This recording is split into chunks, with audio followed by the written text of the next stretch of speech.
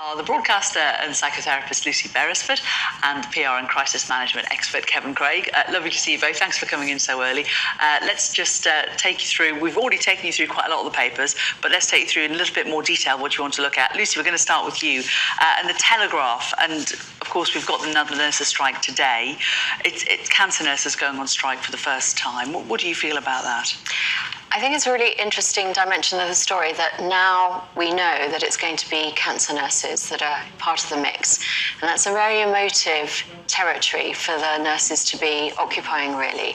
I think a lot of people have been supportive of the nurses thus far, but it's a very delicate psychological battle that Pat Curran is having to really think about, because at some point there may very well be a sort of shift in public opinion terms about whether people feel that actually this is now affecting them. It's affecting their grandma who was hoping to have a hip replacement, or their mother who has breast cancer. That actually the more people are affected by these strikes. And in the article in the Telegraph, it does talk about the way in which the College of Nursing has tried to mitigate in certain areas the fact that they could have good cover. But this is the first time that cancer nurses are now not going to be exempt. And I think that may start to shift opinion.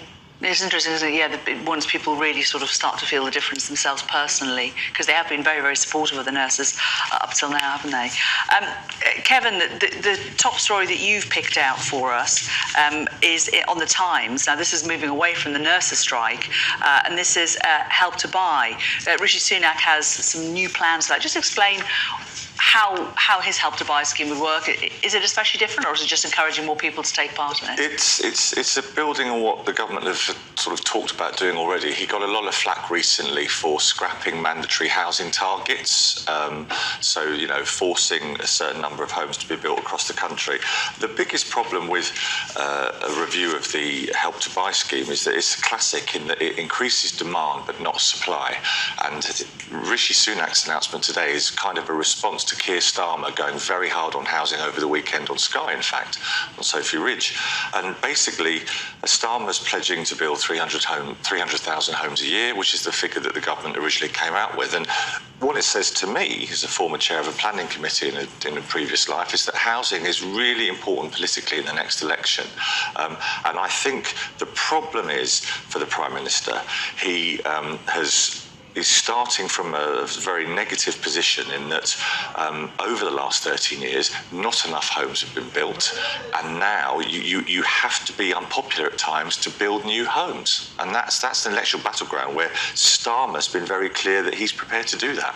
And being able to build this many homes, it's an extraordinary number, isn't it? And Lucy, we know that whenever, a big development is announced, very often local people, don't necessarily want a big development, especially in sort of those areas around the outskirts of towns, those greenfield areas. They don't necessarily want the development, neither do they necessarily want the infrastructure that needs to be built around it to support all of those developments. And yet, when it comes to people in their family who can't actually afford property around them, or even to get onto the housing ladder at all. This is going to be probably the biggest dividing line at the next election. We don't know when that's going to be, but we assume it's going to be, autumn next year.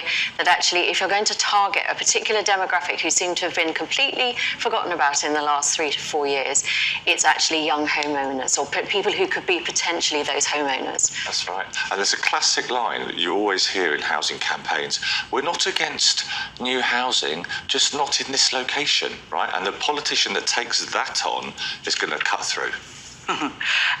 Lucy, you've picked a story on the front of The Guardian, and this is about an AI tool. And AI seems to be taking over so many parts of our lives now these days, doesn't it? Of course, on Sky News, we've got this fabulous technique where you can hear me reading the news on our app. How does it compare to the original? It's strangely accurate, actually. I find it really weird listening to it because it's like, I haven't read this. This is all being done by AI. But that's, I suppose, one example of AI that's being used positively, because it means you can listen to the news while you're doing something else. It's not, being created by something strange.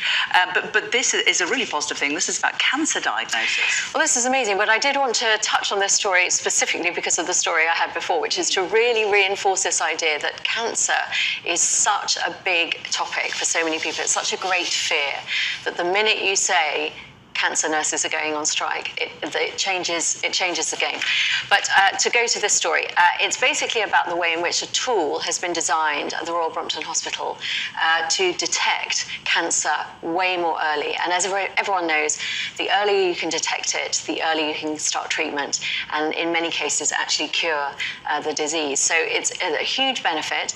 They've been looking specifically at the way in which once you've got a tumour, or even the area of the body that may or may not have a tumour, to be able to put it into an AI system so that its algorithms can, in a way that human scientists could never do, and in the fraction of the time that human scientists can do it, they can actually detect whether those cells are potentially going to be cancerous, which is a game changer, really. That's amazing, isn't it? Because that's the great unknown about cancer often, isn't it? That you may get something and the doctors aren't able to give you an accurate prognosis or any certainty, because they don't know how the cancer will react to the cells in your body. So this is saying that this technology might be able to work that out. It might be able to work it out and also do it in such a short time frame that if it is actually bad news that you've got it, then actually the treatment will start, and hopefully your prognosis will be much better. Fantastic. Financial Times, Kevin.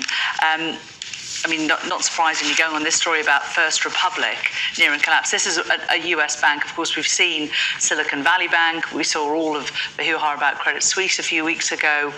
What's going on here? And how worried should we all be about our own bank accounts and our financial institutions in the UK? Well, quite worried, I would say. And the reason is that the really good story on the front page of the FT, which does these really well, about most people in this country might not have heard of First Republic, but an American bank formed 40 years ago. Huge numbers involved here. Already in the last 2 weeks, other American banks have been piling in to inject funds into First Republic to try and stave off a collapse. The share price has gone down over 90%, and crucially for us, this was an institution that lent out more money than it had in deposits, which seems really basic to us. You know, even though I'm in business, that to me seems step one of day one. There's one of the veterans of Warren Buffett's firm just talking about the generally precarious nature of loans in the commercial property sector. I don't think we're 2008, 2009 yet, but people should be nervous, and they should also look up, if your bank fails in this country, how much are you actually insured for? Because it's not as much as you think, and it's a third of the roughly $250,000 in the States protected if your bank collapses. The government has actually recently said that they're going to look at upping that. Yeah, but as of today... As of today, it's not a huge amount. It's about 80,000. Yeah. 85,000. It's quite a big sum of money, but if you have more than that, you're lucky enough to have more savings than that. And I think the worrying thing about this is we've already had two banks. We've had Silicon Valley Bank in America. We've had Credit Suisse in, obviously, Switzerland, that have had to be supported. And now you've got a third one. It's kind of like a whack-a-mole thing that you sort one bank out and then another one pops up. So, yeah, it is a little bit concerning. Yeah, I mean, I would say in their defence that the Bank of England, I think, is more attuned to this and aware of it than in the past. And they get a lot of flack, but they do move, in my opinion, as a business person, quite, effectively and quickly. They did over Silicon Valley Bank, didn't they? Yeah, Over one weekend, everybody who was a UK-based creditor was supported financially, which was amazing. So that was good, but, people should be watching this. Okay. Now let's move on to the coronation. Of course, we're just next weekend now. Coronation? Yes, there is a coronation. You would never know. The front of the Sun. It's got Rock and Roll Britannia mega stage for the King's concert unveiled. So they've got this stage, which of course looks like the Union flag. Are you excited, Lucy? Am I excited by the stage or by the coronation in general? Well, it certainly looks very dramatic. This stage has taken 2 weeks to build. It's about 95 metres big, and it's in the back garden of Windsor. What I do notice is obviously we're being drip-fed tons of information now to get us all excited. There's another story about the fact that Princess of Wales is perhaps not going to wear a tiara. She's going to have a little crown of flowers, which I think is very cute. But this is very much about the concert, which is going to take place later on Saturday night. And it's got something for everyone. There's pop in Katy Perry, and there's classical music, and there's ballet dancers, and there's a bit of rap. And there's going to be Tom Cruise and Winnie the Pooh Oh. in some kind of pre-recorded thing together. That sounds awkward. That's not going to be as cool as the Queen of Paddington. And Paddington, be. no, but it is It can't obviously be. meant to be the reincarnation of that, or the reinvention of that. But what I'm really saying is, it's really interesting. 5 days to go. I live not that far from Westminster Abbey, and you really wouldn't know that. I mean, there's security. There's a lot of security, but I don't know how many people are really up for it. Well, there are some right people camping now. down on the Mall already. The concert's on Sunday, actually. Coronation Saturday, concert Sunday. Thank you so much for taking us through those choices. We'll have lots more to come after the break on Sky News.